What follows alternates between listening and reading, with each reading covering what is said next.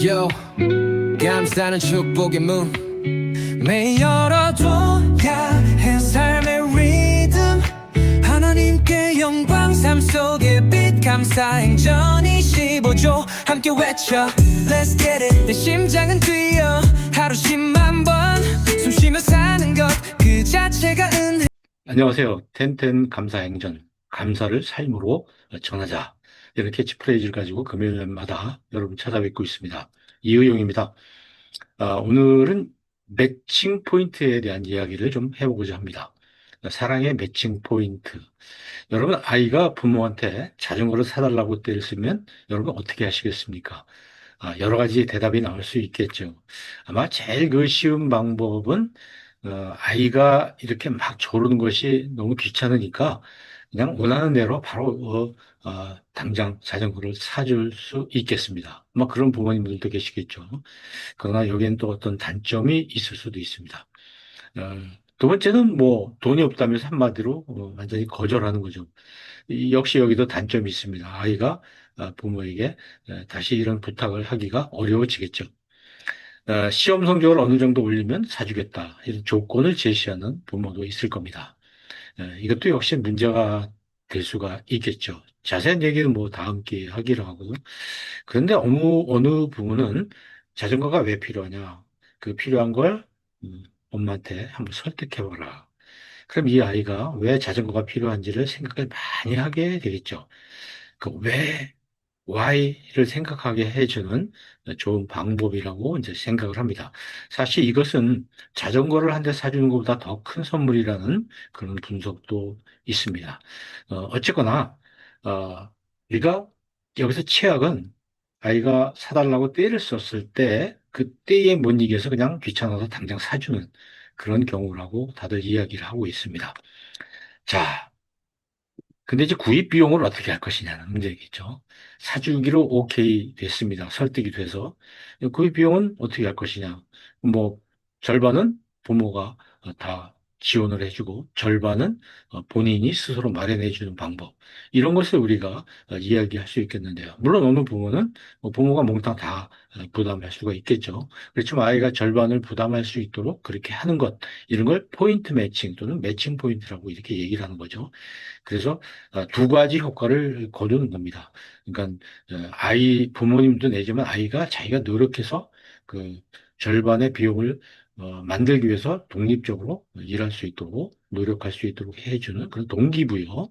그리고 이제 그래서 그 자전거를 샀을 경우에 자전거를 정말 효과적으로 효용성 있게 사용할 수 있게 해준다는 면에서 굉장히 여러 면에서 좀 좋은 점이 있겠죠.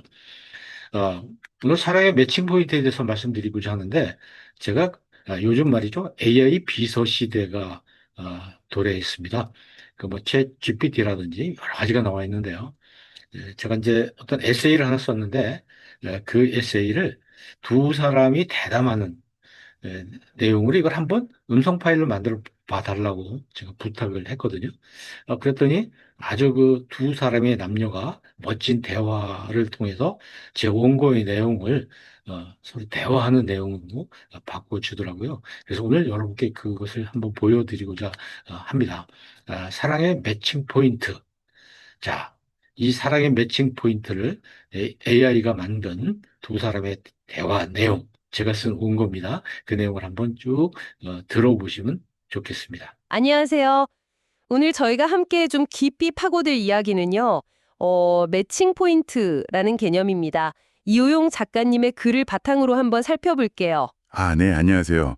그 매칭 포인트 흥미로운 주제죠? 네, 글 처음에 보면 아이가 자전거 사달라고 조를 때 음, 여러 부모님 유형이 나오잖아요. 네네, 그렇죠. 뭐 그냥 사주는 경우도 있고 아니면 아예 안 된다고 하는 경우도 있고. 맞아요. 근데 그중에서 아이가 스스로 용돈을 좀 모으게 하고 부모가 나머지를 이렇게 보태주는 방식. 이게 참 인상적이더라고요. 네, 바로 그 지점이 오늘 이야기의 핵심인 매칭 포인트라고 할 수 있습니다.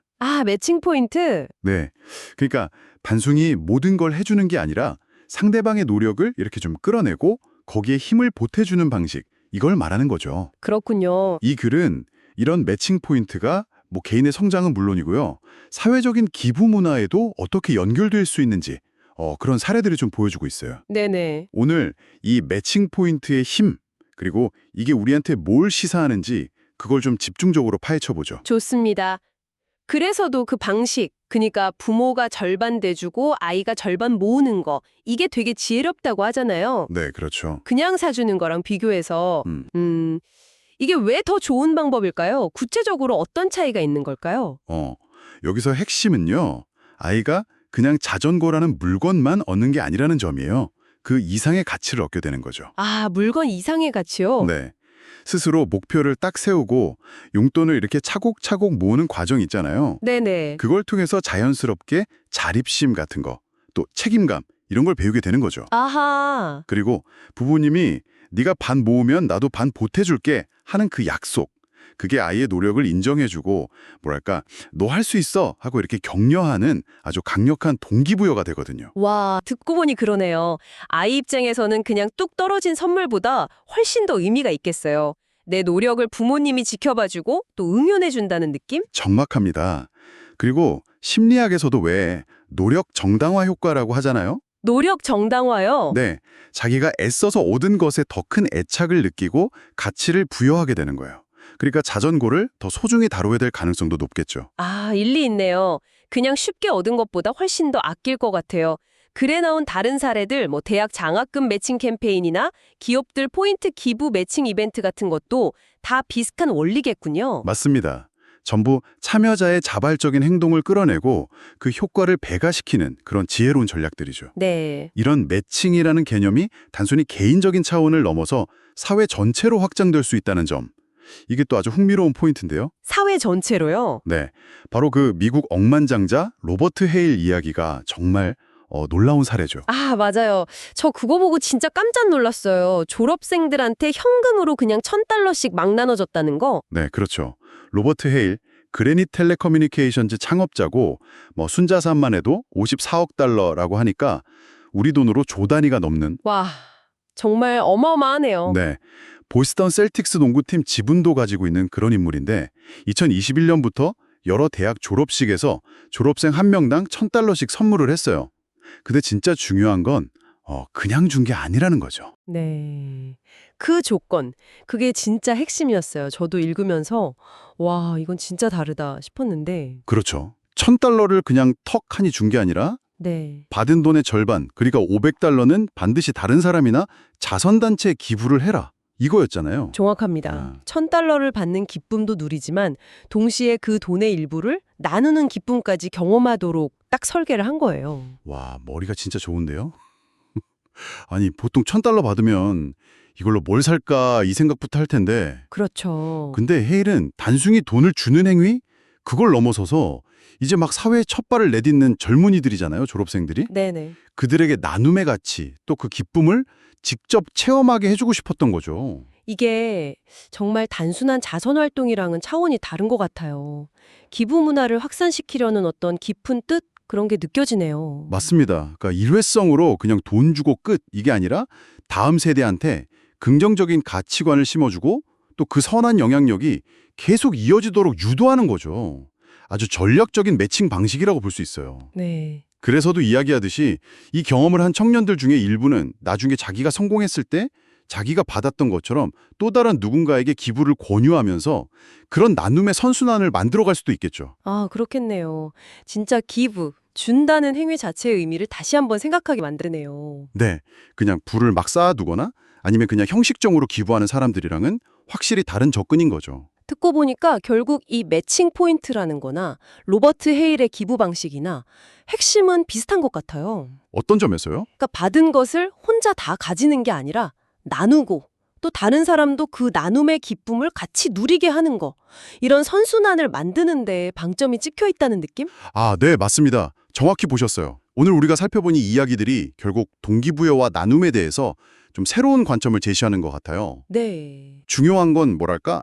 지원의 액수나 크기 자체가 아니라 상대방의 자발적인 참여를 어떻게 이끌어내고 또 긍정적인 경험을 통해서 행동 변화를 만들어내느냐 그 방법에 있다는 거죠. 그렇군요. 방법의 중요성. 네, 어떻게 하느냐가 중요하다는 겁니다. 그럼 오늘 이 이야기를 들으신 당신에게 마지막으로 한번 질문 하나를 던져보고 싶습니다. 네, 어떤 질문인가요? 꼭 이렇게 돈으로 하는 기부가 아니더라도요. 당신의 삶 속에서 다른 사람의 노력이나 성장에 어떻게 좀 매칭의 방식으로 힘을 보태줄 수 있을까? 이걸 한번 생각해 보시면 어떨까 싶어요. 아, 좋은 질문이네요. 금전적인 거 외에 다른 방식의 매칭. 네. 예를 들면 뭐 당신의 시간이라든지 아니면 따뜻한 격려 한마디 혹은 당신이 가진 지식이나 경험을 나눠주는 거 그런 걸 통해서 상대방이 스스로 뭔가를 이루고 그 성취의 기쁨을 느끼도록 도울 방법은 뭐가 있을지 한번 고민해 보는 거죠. 네, 충분히 가능하죠. 작은 격려나 지지 표현도 상대방에겐 큰 동기부여가 될 수 있으니까요. 그렇죠. 그 마지막 문장에 참 기억에 남는데요. 받은 애내를 독차지하지 말고 다른 누군가에게 기부하자. 나아가 그도 기부하는 기쁨을 누리자. 네, 아주 울림 있는 메시지죠. 이 메시지를 우리 각자의 삶에서 어떻게 실천할 수 있을지 한번 찾아보는 것도 오늘 이야기의 의미 있는 마무리가 될 것 같습니다. 매일 열어둬야 해 삶의 리듬 하나님께 영광 삶 속에 빛 감사 행전 25조 함께 외쳐 Let's get it 내 심장은 뛰어 하루 10만 번 숨 쉬며 사는 것 그 자체가 은혜 어제 떠난 이들이 그리던 오늘 내게 주어진 삶 감사로 채워 일용할 양식 밥 한 끼도 감사 먹을 수 있음이 이미 큰 은사 예수님 믿고 주님의 자녀 된 것 이 세상 무엇보다 귀한 축복 감사해 소유보다 존재 자체 감사해 비교 말고 나를 보며 감사해 받은 은혜 셀 수 없이 매일을 감사로 살아라 Let's go 절대적 감사 비교는 stop 어제보다 나은 나 그게 바로 top 구하지 않아도 받은 은혜 넘쳐 눈 감고 세어봐 사랑이 가득 차 과거를 돌아봐 현재를 생각해 미래의 꿈을 품고 감사해